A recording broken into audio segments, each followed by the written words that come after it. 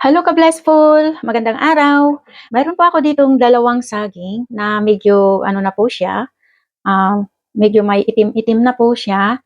Ngayon po ay naisipan ko pong gumawa ng puto banana cheese dahil ito po yung lagi pong nakikita na dumadaan po sa akin pong newsfeed.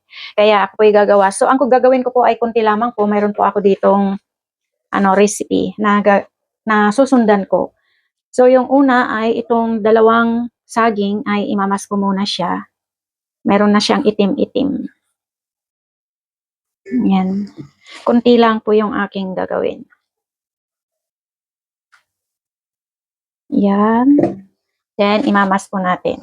Mayroon po ako ditong mas. Saan yung aking mas? Ito. Yung aking gagamitin. Yan. Yan. And then, lalagyan ko po siya ng isang itlog. Yan. So, ito. 1 egg.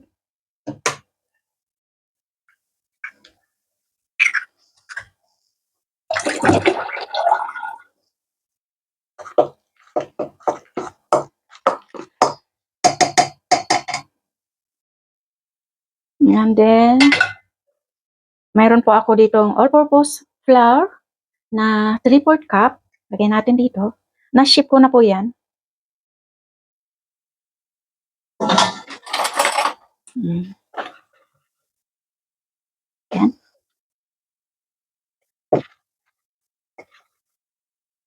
Then, maglalagay po ako ng vanilla na 1/8 teaspoon lang. Yan.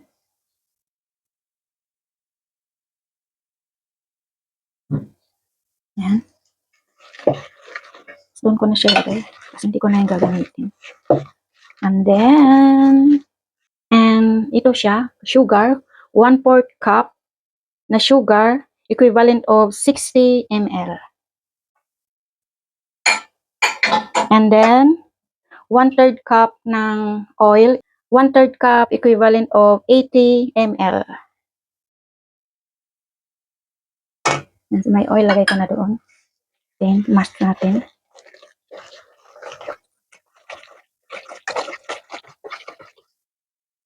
And, ibap.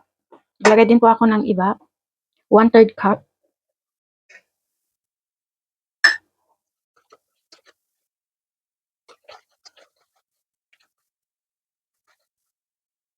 One teaspoon of baking powder.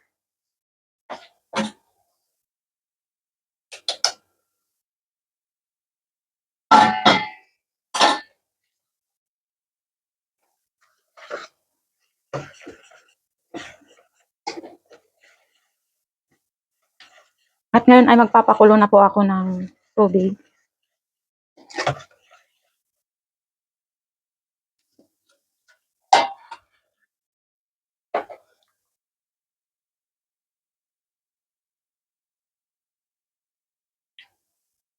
Lalagay ko muna siya dito.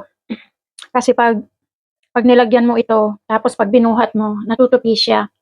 Kasi ito ay silicone.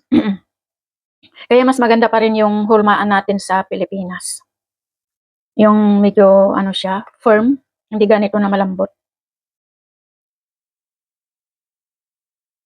Kasi natutupi ito.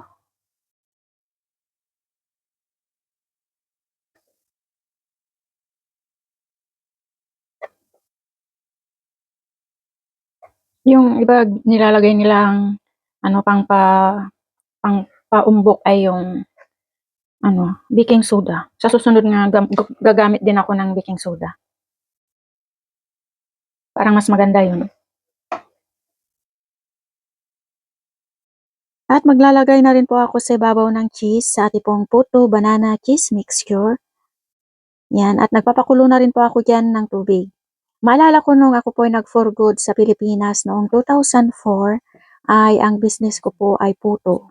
Yung puting-puti na puto na ang nilalagay ko ay yung white yolk lang po, hindi yung yellow, hindi yung egg yolk. Tapos biniblend ko po yun hanggang sa maging mirang po siya. Yun po yung nilalagay ko sa aking mixture na puto. At At ito na nga po, after 15 minutes ay luto na yung ating puto banana cheese. Umumbok naman po yung aking niluto, pero nung inahon ko na po siya ay bumaba. Nawala po yung kanyang umbok. Siguro sa susunod ang ilalagay ko po ay sa halip na baking powder, maglalagay po ako ng baking soda. Ayan. So, masarap din po ito. Thank you for watching. God bless us all. Mag-iingat po palagi and Jesus loves you.